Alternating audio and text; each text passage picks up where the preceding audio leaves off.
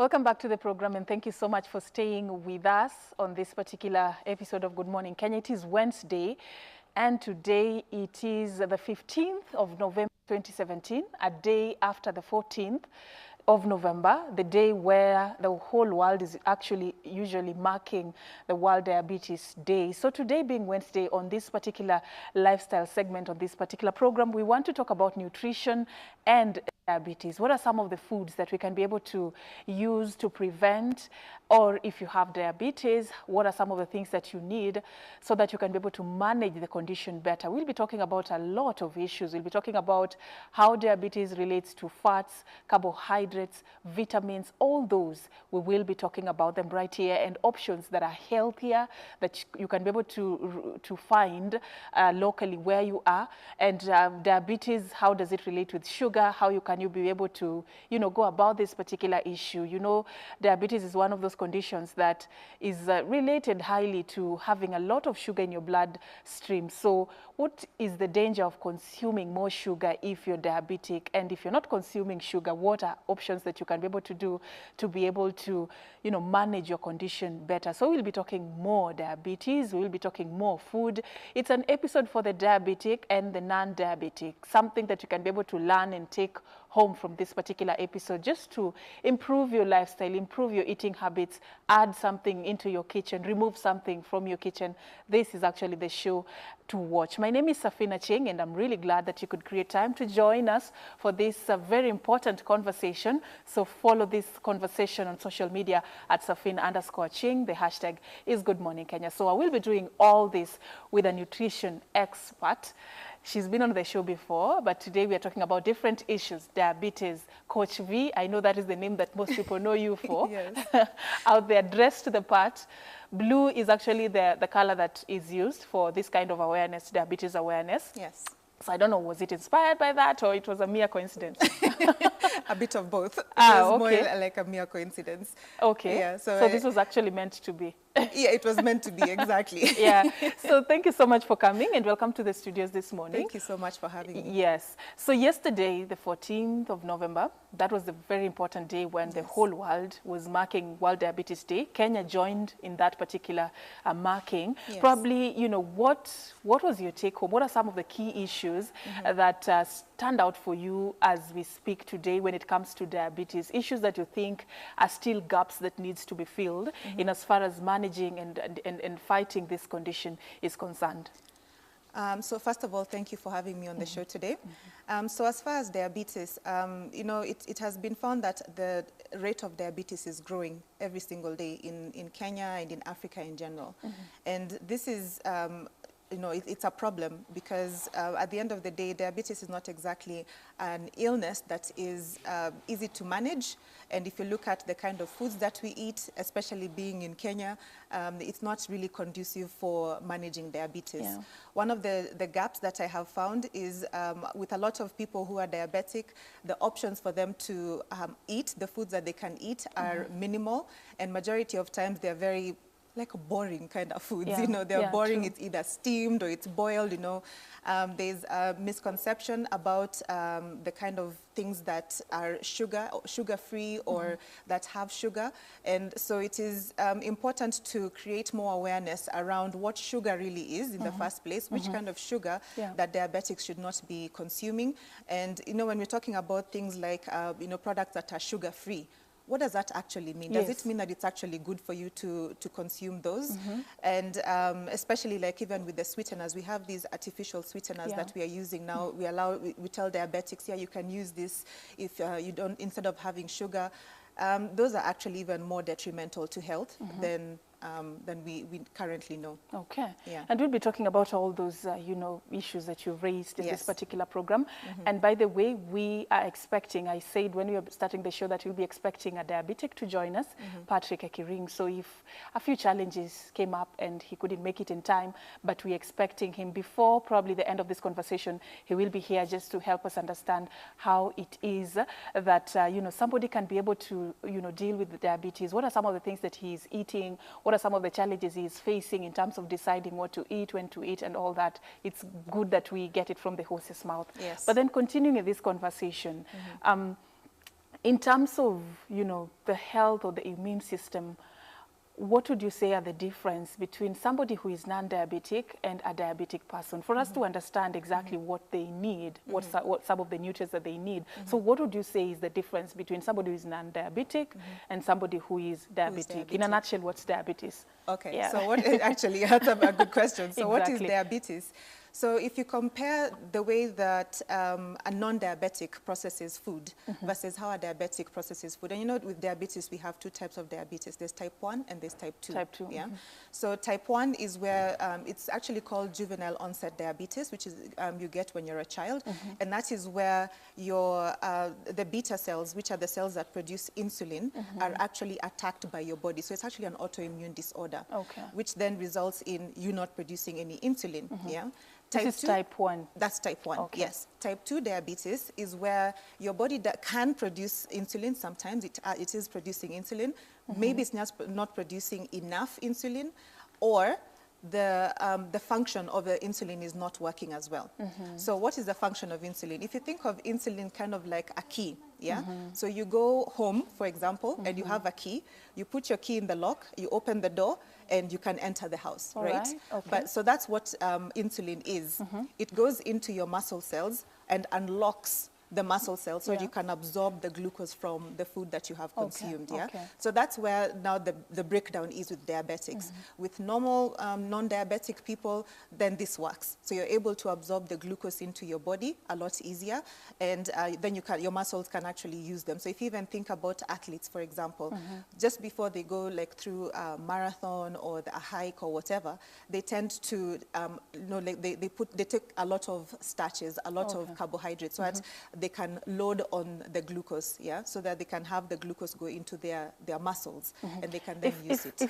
If I remember my biology well, okay, all body cells need energy to function. Yes. And this energy, we get it from glucose. Yes. And glucose is actually coming from, after digestion, the carbs that we consume.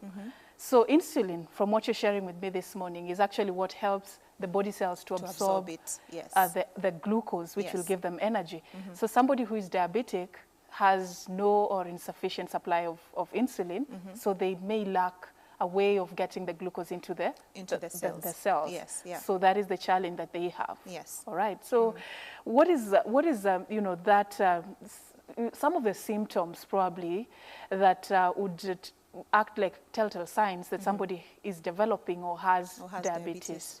Okay, so some of the biggest sign is really that you find someone who has diabetes goes to the bathroom a lot, so they urinate a lot. There's a lot of secretion of urine, right? They also might have a lot of thirst at a particular time. And then during the peaks and troughs of the sugars, especially when you're at a drop, which is called hypoglycemia, you tend to feel like you can almost eat an entire goat. Yeah. Wow. So you're like so you hungry. feel that you're so hungry, yeah, and it is consistently, you know, happening, yeah, and you feel like you need like a lot of sugar. Yeah, you just need like, you just have a need for sugar in that moment, yeah. So those are some of the symptoms that you can identify, especially if you're going to the bathroom a lot, and then maybe sometimes even some people drop their weight like dramatically, you know, like it's a very huge drop in a very short period of time. So those again could be signs of that you have diabetes. Okay. Yeah. So you're talking about some amazing, you know, issues that we're sharing this morning and symptoms that one can be able to affirm that probably you have diabetes. It would be good to hear it from the horse's mouth. Yes. And the guest has just joined us, Patrick Ekiring. We're so happy that he could make it in time. Probably if you could just join us, welcome to the studios. Just walk in set. Feel free to come. Thank you so much for joining us this particular morning. We're so happy that we could have you. We've been really waiting for you. Sorry, traffic. Yeah. So karibu sana. V, you can just give him some space. Yes. So we are having this amazing discussion with V in the morning about diabetes. She's told us what it's all about and the types, type 1, type 2, and actually some of the symptoms for both. General symptoms that are very common for diabetics. Probably, maybe if I may bring you in, let's do a bit of a background about you with this condition, diabetes. When was it that you discovered you were diabetic? How did it happen? How many years has it been? And how is Patrick now. Okay, great. Yeah. Thank you for the opportunity. So I discovered I was diabetic around 13 years ago. I was in my mid-20s. I just started my first job, so we had gone for a trip with a couple of colleagues. So we went over Easter, came back to Nairobi, and then I fell sick. And normally when you go to hospital and you tell the doctor that you've traveled, the first thing they would want to test is malaria. Yeah. So the first hospital I went to, they checked for malaria. I remember I was put back home on malaria medication. And after a day or two, it did not improve. So I kept on checking to find out, okay, what's really wrong. So I went to another hospital, then I went finally to a third hospital whereby the doctor said that they noticed that I was going to the toilet a lot. I think I had Virginia say that one of the symptoms is that you get the urge to go to urinate a lot. Yeah. So when the doctor noticed that I was going to the toilet a lot, he recommended that we check my sugars at the time. And I'd lost a lot of weight, about 15 kgs in less than a week. And when they checked my sugars, they were so high that he literally did not understand how I was still alive. Yeah. Because normal range of sugar is between 3.5 to 7 when it's controlled before you eat or anything. But in the event that you eat, it can go up to 11, which is normal in the recommended units. But at the time, I never got to know how high it was. I only remember after I was diagnosed with insulin, a day or so after, my insulin had come down to about 21. So it was really, really high. Okay. So I was diagnosed and put in insulin and, of course, under observation for about a week in hospital, which was, at the time I was very young. We didn't have any history of diabetes in our family. So it was very shocking. Yeah, family history has also been known to be probably one of the risk factors. Yes, what they say nowadays is that because of change of lifestyle and what we eat and sedentary lifestyle, and sometimes because of work schedules, people don't work out and whatnot, it could be sporadic, what we call sporadic, in the sense that maybe my grandfather had it, but because he was living a healthier lifestyle, the symptoms didn't really show. Okay. So what happens is that based on the lifestyle and today's lifestyle, chances are that the symptoms might catch up with you, and sometimes it tends to miss one generation. Yeah. Okay. Yeah. So this was 13 years ago. Yes, when I was 20. Did you have information about diabetes before, or you just learned about it after you were diagnosed? Of course, in our education system, there is a bit of information about various diseases. Yeah. But if you are not more or less really, really interested in something, you'll just have a little bit of information to know that, just yes. The surface. The surface information, on the surface, but then you don't really, So I didn't really have the information. It was very shocking. And the moment you're told by the doctor and the nurse that you actually type 1 diabetes and you need to be on insulin, and you have to inject this insulin every day. Every day. An average of 2 to 3 times a day. Wow, you're talking about injection. Injection, yes. And then it has to be 3 times a day. Depending on, it could be 2 or 3 times a day, depending on what levels of sugar you are on. Yeah. But for me, I remember initially it was twice a day, but after more visits to the doctor, looking at how my sugars were behaving, I now started taking insulin thrice a day. Okay. Yeah. So the body needs insulin. We already talked about why. Okay. So that is why diabetics have to always have that constant supply of insulin. Yes. All right. So we'll come back to you. But then, Virginia, he has talked about the lifestyle that we live, you know. What is that lifestyle? What are some of the things that we do today that are really, really dangerous and probably could be risk factors that are causing, this increased ballooning numbers of diabetics? And some even don't know that they have diabetes till date. There's a large population of people that are diabetic and they don't even know that they don't are. even know it, yes. So some of the things that we are doing, like he had mentioned, is having a sedentary lifestyle, which means that we're not moving very much. So we have jobs that have us in front of a computer at a desk for 7 hours in a day, and then we don't take the time out. We always say, oh, I don't have time to work out, But not having time to work out could result in you having something like this, either diabetes or it could be any other kind of lifestyle disease. Another thing that we are doing, our diets, we have moved a lot away from a plant-based diet. So we're not eating very many fruits and vegetables anymore. We are having more starches, and very simple starches as well. So things like white rice and breads. And, you know, there are some people who actually, especially bachelors, survive on bread and tea, you know? So for breakfast, lunch, and breakfast, lunch, and dinner. Any meal is, you know, bread and tea. So those kind of things that we are eating are not really helping us. On top of that, as we have seen the middle class growing, it means now we have more disposable incomes, which then is resulting in us taking on more Western lifestyles. And as we're taking on the Western lifestyles, we're basically going into, you know, more fast food, more of the processed food. Look at the foods that you get at the supermarkets. You know, you have so much stuff that is processed, things in cans, in bottles, in packets, you know, and we have taken that more as food than, you know, simple things that you can get from the market, you know. So that's another thing that is really causing this to happen. On top of that, our sugar intake has skyrocketed. It's gone off the charts. Yeah, everything has sugar. Everything nowadays. has sugar. Even those processed foods, majority of them have sugar in them. If it's not sugar in its, you know, in a simple form, it is some form of sugar, you know. So that's another reason. So you're seeing a lot of people are gaining a lot of weight as well. We have many nations of obesity. Like, let's say, in South Africa, there's about 50% of South Africans are obese. In Kenya, we're not that far off, and majority of the, people who are obese are mostly women, you know, either obese or overweight, and that has an impact on our health generally, you know. So if it's diabetes, if it's going to be, hypertension, cancers, all that, it's now exacerbated. It's made even more because of having overweight or obesity. Yeah. Patrick, probably out of all that she has shared, what are some of the things that you used to do then? And then how have you had to transform your life? Okay. What are some of the things that you're doing now that after going through what you're going through, you decided these are the decisions I made to live a healthier life? Okay, just like she said, basically our food choices and what is available, really available in the supermarkets, when you're invited to your friends or when you go for a gathering for family, most of the food choices are, so to speak, high in sugar. And when I wouldn't take a conscious decision of whether this has high sugar or not, then chances are that my sugars would be going higher most of the times.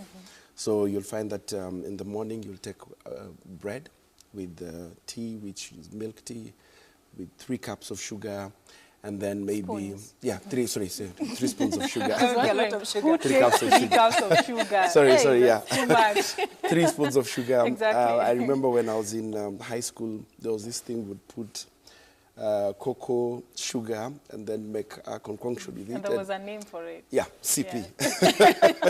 Cold power. So the sugar, it's like at some point, I believe that we, so to speak, get addicted to sugar from the time we're kids, but we don't even realize because our body doesn't necessarily need that much sugar in the system.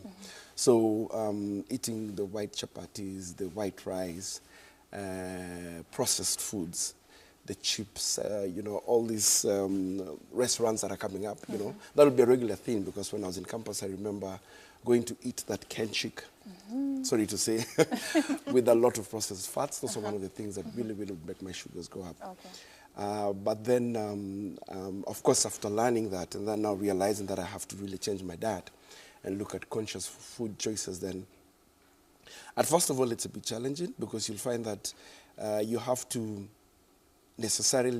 make a conscious effort because these foods are not readily available if you really think about it when you go for the parties. But when you look at, okay, fine, this is my condition, this is what I need to do, then in the morning you'll say, okay, fine, let me take something either which has high fiber, which are things like oats or Weetabix, and then maybe in between, because now I'm on insulin, I'll take a break, which will have maybe something like a banana, which is a snack so that I avoid the hypo that might come in between, because there's also what you're watching.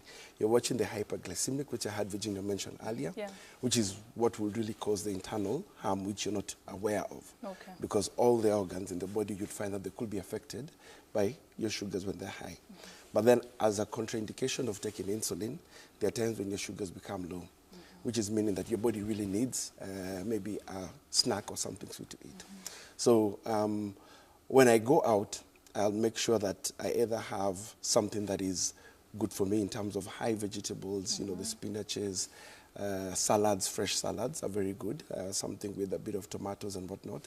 And then also foods that are high in legumes, like beans, especially what we call jahe, is very good in controlling, because most of the food actually that are high in fiber, and you can still get a lot of proteins in them, a lot of vitamin D and magnesium, which are also good in controlling the sugars.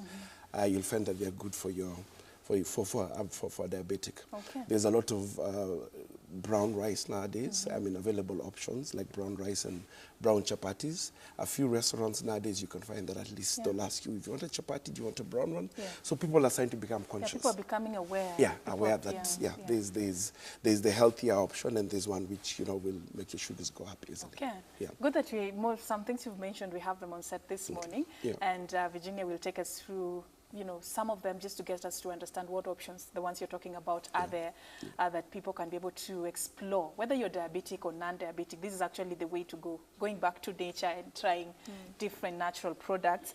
But then before we begin, she said something about people think a diabetic diet is so boring, there's nothing interesting. Did you find that challenge when you had to, you know, well, I think change how you live?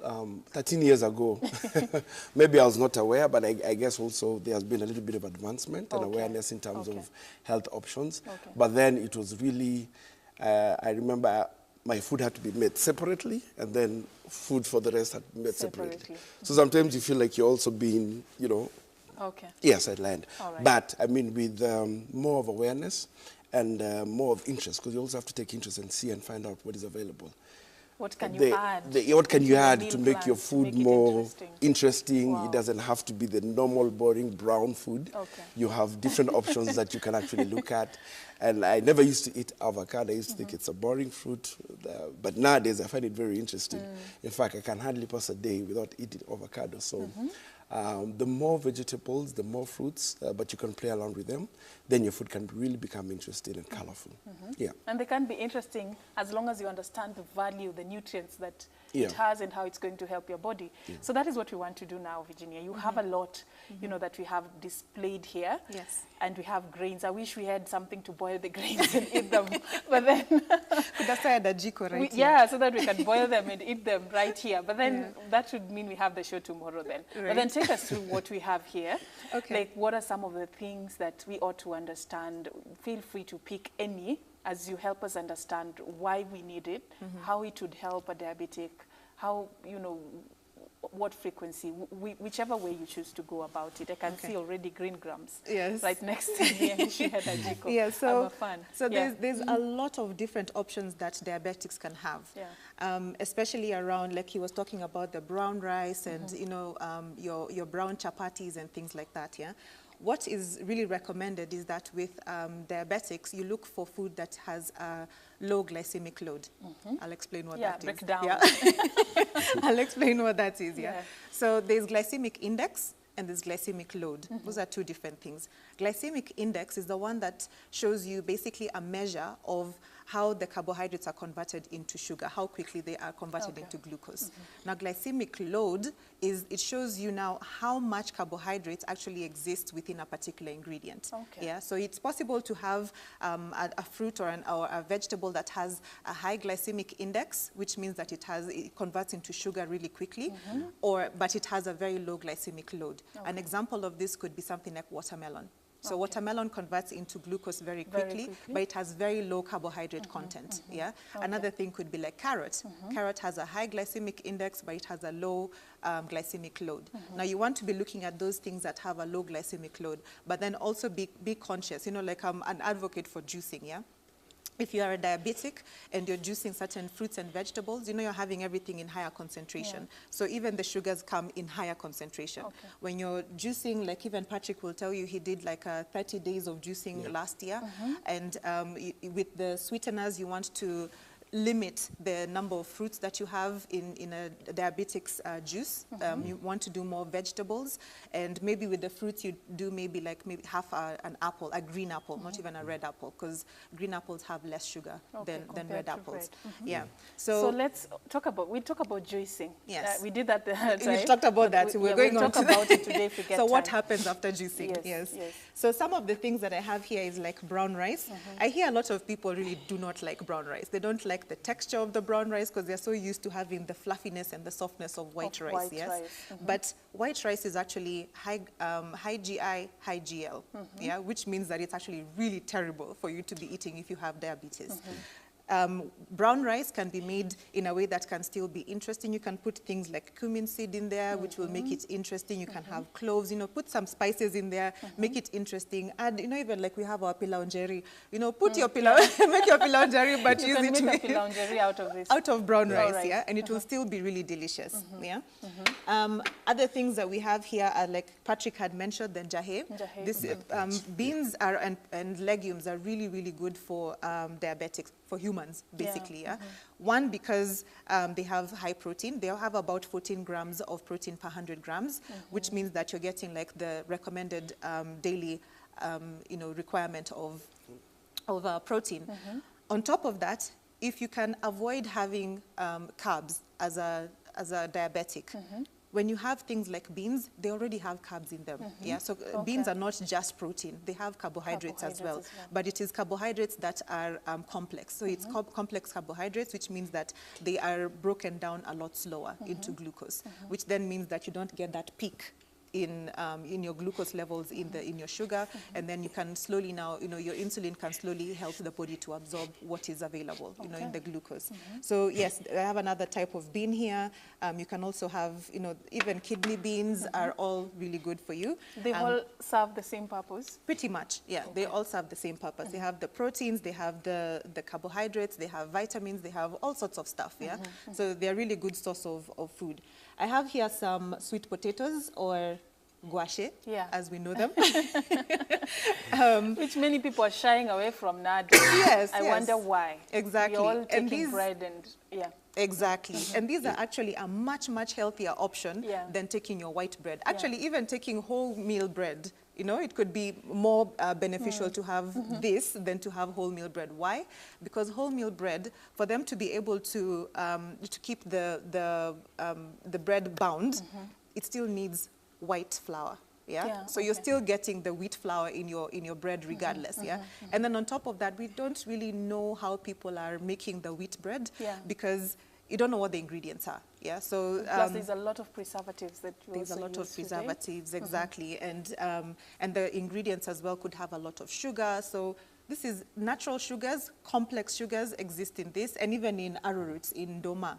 So that is also a really good option for breakfast. I know we are all going, no, but now we are too rich for this. We but the way people think it's like for poor people, for ushago and things like that. No, that's but that's why how my we are producer veering Ben away. is actually on my neck right now. He's a big fan of ngwashe. And he's saying, I wish we had a jiko here to boil. But then this is healthier. It has natural sugars, something that we can really implement. Avocado. And talk to us about fruits as well. So avocado, again, really, really important when it comes to managing diabetes. Like Patrick had said to you, actually, I'm the one who introduced avocados to Patrick.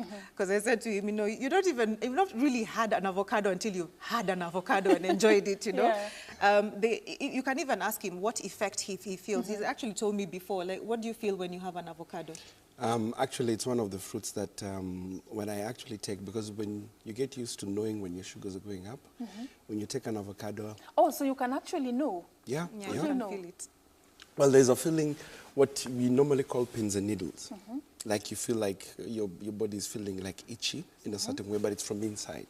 So when you're used to knowing when your sugars are going up, then that's the feeling you get. And sometimes it can get very uncomfortable. But the most important thing to note is that it's not just your sugars are going high, it's the internal harm that could be happening. Because what happens is that every other organ in your body is being either affected or impacted in a certain way, because what your body now does at that point in time is that it tries to convert the excess sugar in your blood into urine. So that means that some cells are being converted into water and you lose a lot of water at the same time. Okay. And besides that, for avocados, when you actually take avocados, the high fiber in it makes, what happens in the body is that it makes it, the process of conversion of the excess glucose in the system, I mean, of the excess carbohydrates into glucose slows down. Okay. So at least it acts maybe like a sponge, or what we call high fiber, like a sponge. If water was going through somewhere, it takes a slower process than, you know, the foods that we eat, and your sugars go up immediately. So it acts like something that slows down that process, and you can actually feel more relaxed after eating avocados, or any food that's normally high in fiber. But avocados is one that I would highly, highly recommend. Yeah. Wow. Yeah. He has actually explained it very easily. It's like a sponge. Yeah. So it slows down, Yes. how glucose gets into your bloodstream. Yes. Wow. Yes. Yeah. Okay. So what else? Those are the the more common things. Actually, another thing that is really good for diabetics is things like onions and garlic, which are really good for diabetics as well. If you can eat this raw, it's even more beneficial.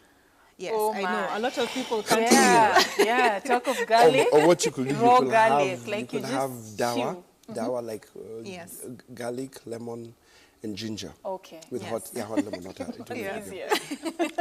Yeah. So you could do that, or you could just, if you can handle the flavor, or actually, it's an acquired taste. There was a time I could not handle eating garlic on its own. Now when I have my my food, whatever food it is, I can just chop a bit of garlic, chop it into really fine bits, or even you can mash it with a brick. What is it called? Mortar and pestle. Mortar and pestle. That's it. So the mortar and pestle, and make it into more of a paste, and then you just mix it into your food. It actually doesn't taste that bad. You know, once you have gotten used to the idea, I think a lot of people are even concerned about the breath after you have taken garlic. But would you rather have the garlic breath or be sick? You know, choose. The breath you can manage. You can manage. You so know? you cook with it, or yes, you can also cook with it. But when you have it in its raw form, it has more nutrients, because you don't burn out a lot of the whatever the nutrients. I think the most common people cook. With it. Yes. But to even get that garlic flavor, because you know cooking also takes away the garlic flavor. To be able to get the garlic flavor, you probably have to use the entire thing to be able to actually get it. And you need to cook it like in a very specific way that will make sure that the garlic doesn't cook enough before you put everything else in. Yeah. So you talked about onion. Yes. This is very basic in our kitchen. Yeah. Talk to us about it. Like what are some of the, values that it carries? Yeah. So with onion, another thing is, so onions do more of, they act like a buffer. You know, like the way he was saying, with the avocado, it acts like a sponge. So onions do something similar to that. And they also help in the circulation.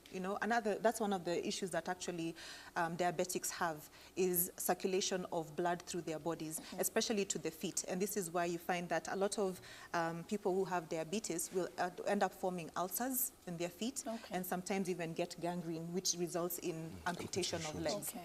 So it actually helps in that circulation of the blood through the whole body. And you can even tell, like sometimes I usually see Patrick doing this, because like there's sensitivity, like what he's saying, the pins and needles, it helps in clearing that up as well. And if you have it in its raw form, again, even better. Yes. So is this not for making food taste better? No, it's not just for, it actually has beneficial, yes. Okay. Yes. So there's a bit of some, moringa, or that we have here. Probably talk to us about those as well, for us to understand.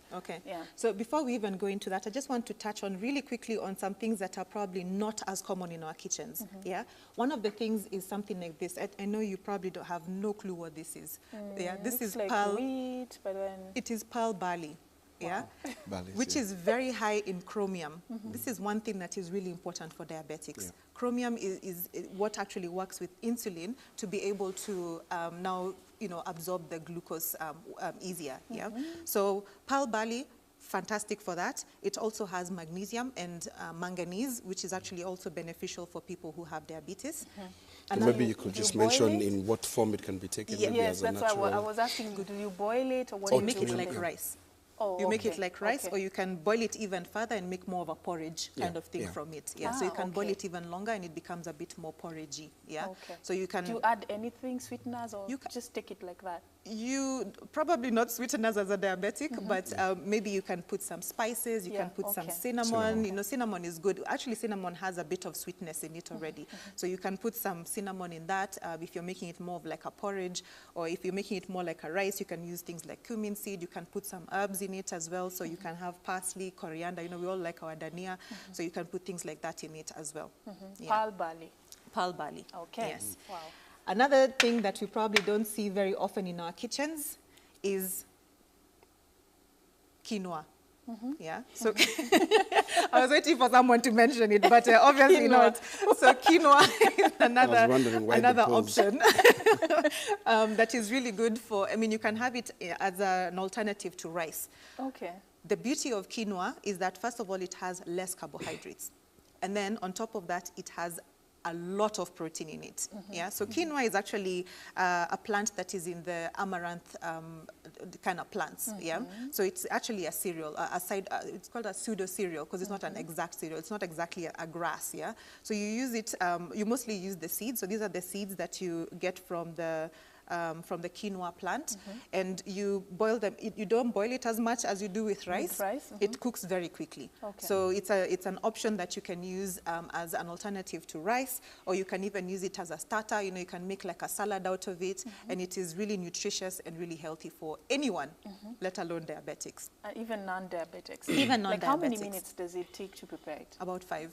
5 minutes? Yes. So why people still use pasta and all that? Yes, because exactly. it's all about saving time. So we have healthier options that you can actually prepare and save time. Yes, yes. Wow. Another one is couscous. Couscous usually Interesting name. Yes, exactly. Couscous takes about, actually you don't even need to cook it. You can just put boiling water in it and leave it to sit until it absorbs all the water. Once it has absorbed the water, you just mix it around with a fork. You can put some onions in it, some garlic. Again, the same thing. You can use it as a replacement for rice. They're not the cheaper option, I will say.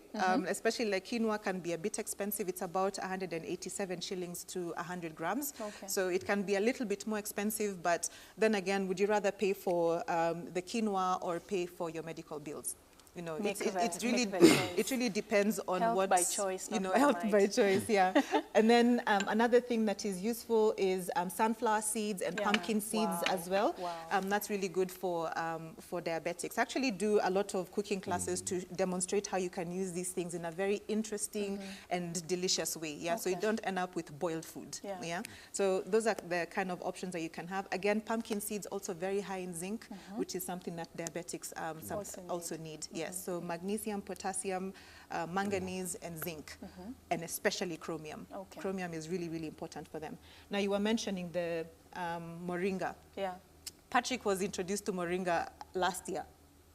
Or did you know about it before? I knew about it before, he knew about it, but did not actually take it. Yeah, okay. So tell us, Patrick, about the experience like of moringa. Okay. Just, you see, like they were explaining about the avocado. So moringa, first of all, the taste is not nice. So anyone looking for a nice taste, you're not going to find it in moringa. Though when I started taking it, and I found that it actually helps reduce my sugar levels. In fact, I was able to reduce my intake of insulin by taking healthier foods, and especially moringa.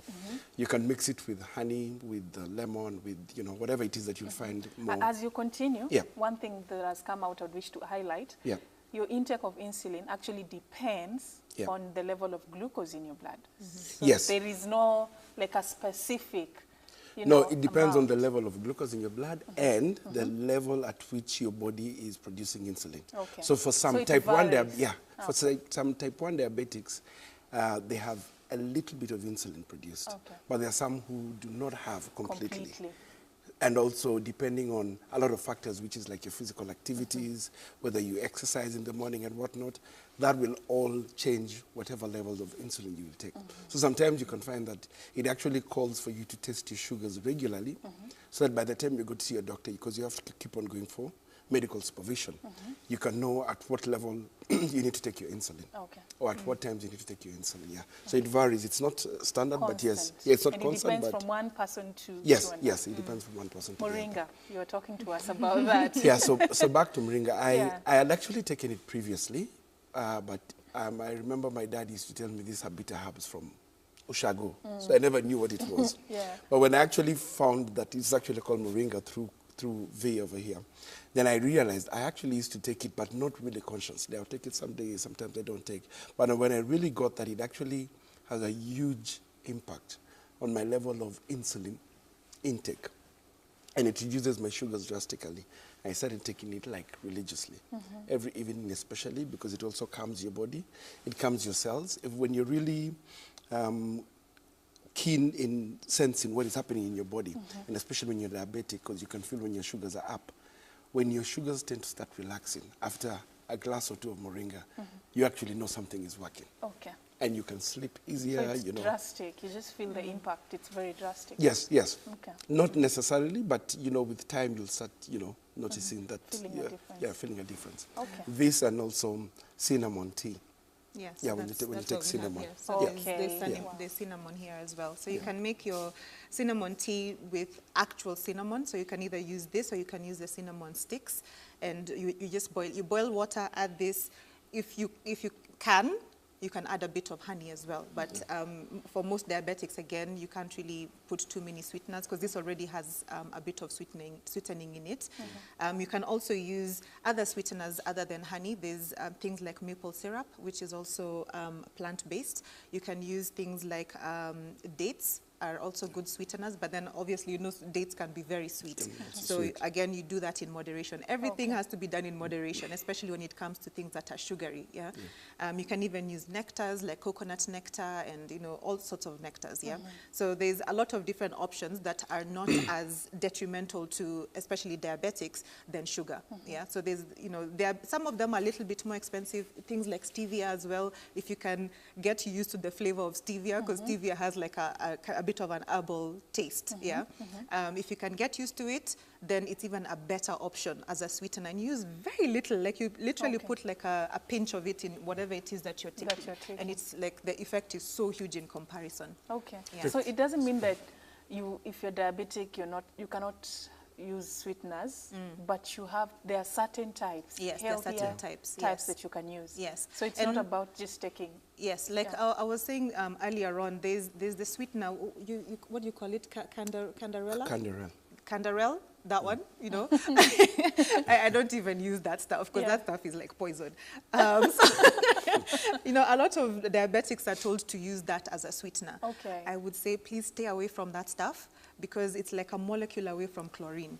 Yeah, so you don't take those Canderel things or, you know, those kind of sweeteners because they are actually more detrimental to even a normal person, let alone a diabetic. A normal person will suffer a lot from, you know, continuous use of those kind of sweeteners. And you'll find that even with these drinks that we say are sugar-free. Yes, they're sugar-free because they don't have sucrose or fructose, but they have that stuff. Okay. That's what they're using as the sweeteners, yeah? And there are a lot of those on the shelves. There's a lot of them, yeah. So those are the kind of things, again, other things that you also need to get away from are these low-fat products that you get, yeah? So if they have taken out the fat, which actually fat makes things taste good, they have to make something else make it taste good. Yeah. So majority of these things have added sugar, you know. So yes, you're having low fat, but it has more sugar, which means that if you're trying to lose weight, you are doing nothing because sugar is actually the biggest driver of obesity and overweightness. Yeah. Okay. There's something you wanted to add, Patrick? I think in terms of the seeds that you had mentioned, flax seeds are also quite a good source for diabetics, which you can mix with your normal when you're having maybe your yogurt, you can mix with it because they're very small seeds, just like one of the ones she's shown us over here. Yeah, flax seeds are also really good for omega-3. They are plant-based for omega-3 fatty acids, and they have their own really good oils. You know, like we also look at, like Patrick was saying, those hydrogenated fats, you know, the ones that we use for making chips, the ones that you get in the supermarket shelves, the yellow ones. Those ones. Look at how you're describing them. It's like they're so poisonous. The yellow ones. Yeah, because, you know, especially when you're cooking chips, we overuse those oils, you know, so you can find someone is cooking chips in those oils for like 5 times. by the first time you need to pour it out because it's literally become poison, you know, because it breaks down the chemical composition of the oil when you heat it up. Okay. So the moment that happens, then you can't use that oil anymore. But you'll find even people will go and scoop They out use of that it tini and until use it it's black. chapatis, then they'll go and They use use it until and it's you turn black. it black, exactly. That's So when you pour it away. Yes. So, So- before we get to the fats and the Yes. oils, let's talk about vitamins. Yes. Yes. Yeah. You know, vitamins, what are some of the options that are there for people who are diabetic? What are some of the foods that they can be able to use to supply that? Okay, so with diabetics, again, you need to have the normal vitamins. So you need your B vitamins, all the way from B1 to B12, like any other human being does. And it's also, B vitamins are good for energy. Yeah, so they give you more energy in your body. You also need vitamin C. In vitamin C, you can get from, you know, your fruits. Yeah, you can get it like from oranges. But then again, you know, like with diabetics, again, everything in moderation. Listen to your body, you know, depending on what's going on in your body. Like Patrick was saying, it's not a one-size-fits-all with diabetes. You know, you listen more to your body and figure out what works, what doesn't work, what will peak your sugars instantly, and what doesn't. You just kind of listen to what's going on. I'm coming back to you. Patrick, is there something like a diabetic diet that works for everybody equally? You know, something that is there. People really misunderstand that issue. Okay, when you go to a nutritionist, you'll find that they'll give you various options. Okay. So like what Via said, it's not one size fits all. Okay. However, just based on the foods that we have mentioned, if you look at, you know, what you would try and compose of your normal day-to-day intake, would compose of, you know, 80% vegetable, more or less. Fine, whilst you can have salmon and the tunas, which are fish that have good omega-3, again, which is good for diabetics and have all those minerals. It's not easy to say there's one size fits all. There is no, yeah. there is no diet like that. Yeah, Every but again, person, if you look you at know, what we have said in responds terms of if you eat your rice person and you eat your brown rice, you can alternate with your chapati and whatnot. You can more or less come to maybe 90% fits all, but I can't say like there's one size fits all. Yeah, Yeah. Okay. yeah. As long as it's high fiber. High fiber is the key thing for anyone, including diabetics. Okay. Yes. So yes, we were looking at the vitamins. Yeah. So the supplements, basically. Another thing that diabetics need is, like I said, chromium. Chromium is really important. You can get that in the form of a capsule as well, and it can come in like Maybe you can just lift it up multi for us minerals. to see. Yeah. So, like this particular capsule is a mineral. It's a complex mineral. I mean, it has like, not a complex mineral, mineral capsule. Yeah. Okay. So you have chromium in here. You have magnesium. You have selenium. You have, you know, manganese. You have all sorts of things in this one capsule. And the beauty of using supplements is that you get things in higher concentration. You know, things like even turmeric. You can get turmeric. This is turmeric here. You can get turmeric in the form of a capsule, which means that it's even more concentrated. Okay. And that is good for diabetics. It's also good for cancer. It's good for hypertension. Also, let's just say turmeric. If you can take turmeric every single day, which is what I do, it's the best anti-inflammatory food that you can ever have. You know, and a lot of illnesses are being caused by inflammation of the body, internal inflammation. So that's a really good way of neutralizing that from happening. So the yellow supplement, this is the B vitamins. I don't so it's like a yellow mega, tablets. It actually also changes the color of your urine. It becomes yellow. It becomes but it's yellowish, not bitter, but it's not. Whenever I see a yellow tablet, it's so bitter, like malaria drugs. Yeah? No, it's not bitter. It actually has no flavor, really. Okay. And just make sure that you're drinking a lot of water while you're doing this, while you're taking supplements. Actually, while you're taking anything, drink lots of water. As a rule of thumb, drink at least 2 liters of water per day. But that's again dependent on the kind of body you have, especially your weight. Yeah. So there's actually calculators online that you can check on how to calculate how much water you should be drinking per day based on your body weight. So say, for example, there's one where you just divide it by 30. Yeah. So you take your body weight, divide by 30, and that gives you how much water you should be drinking. So for example, if you're 60 kilos, you divide that by 30, that's 2 liters of water. And then on top of that, if you're very active, like you have exercise or you walk around a lot, for every half hour of activity, you need to add 500 ml of water because you're losing a lot of water on that that note, way. does the diabetes limit your level of activity, like the things you can do? An instance, for example, if you're an athlete, can you still do it? Yeah. Well, it depends on what level of activity that it is that you're doing, but actually, when you're actually diabetic, that's when you actually really are recommended to exercise. Because part of part of what your cells go through, in terms of whether it's especially type 2, is that your cells go through a phase whereby they are not willing to accept the insulin quite easily.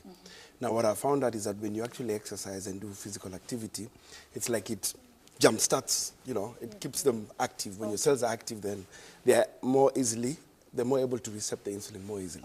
Yeah. In terms of how much activity you can do, I believe that there would be a certain recommendation depending on what your doctor advises, but I have not come across, none of my doctors have ever told me, no, limit your activity. But you're saying it's recommended that you become more active. Yes, it's actually, it's actually been found that exercise is almost the same as a shot of insulin. So you actually have like something, like the same kind of reaction. The body has the same kind of reaction when you exercise. Actually, sometimes, just sorry to add on to that, sometimes when your insulin is actually high and you don't necessarily want to rely on the insulin, when your sugars are high, I can be confusing the two, and you don't want to rely on the insulin, one of the things that's recommended is that you can do high active exercise and your sugars will come down. Wow. The good thing about this is that it teaches you, in as much as it's a challenge, it teaches you to be a doctor, a nutritionist, a fitness expert, and you just all in one. It's for you to be able to know how to manage I think when people get ill, they even become better doctors for themselves than doctors themselves, you know, because they are really going through a lot of challenges, and they have to look at how they can get around those challenges. Wow. Unfortunately, we've come to the end of our conversation that quickly.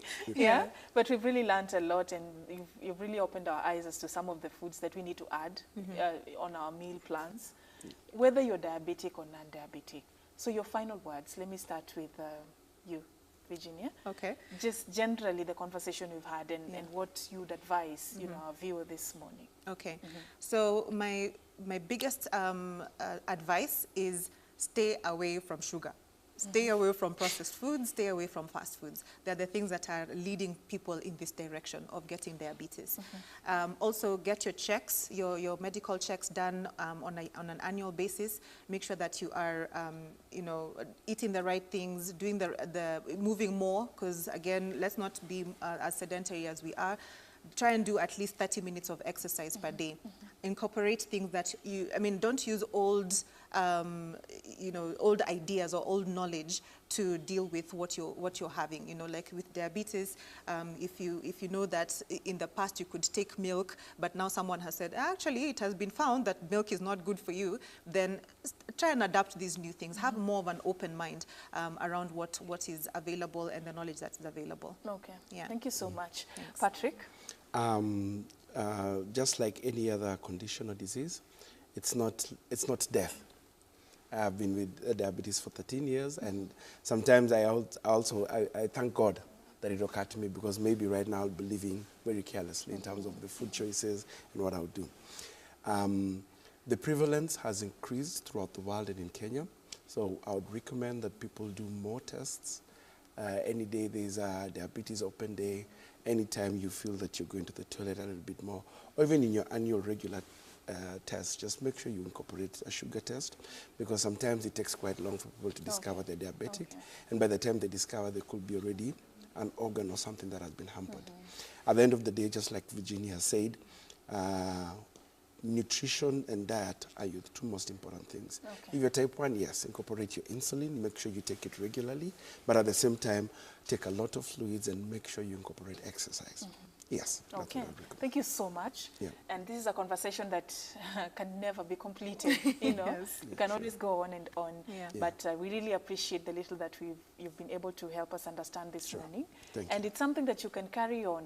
This conversation continues on social media, plus it continues where you are. Why don't you try out something new that you've never done before, whether you're diabetic or non-diabetic? If you're non-diabetic, you may not understand until it happens to you. So why don't you prevent it from happening? And if you know someone who has diabetes, this is actually some information that you can share and help them, through it. Thank you so much for watching. There's more coming your way right here on Good Morning Kenya. Don't go anywhere. It's Wednesday. And after this, we talk matters politics. So we come back after the break for that and much, much more. My name is Afina Ching. Stay with us.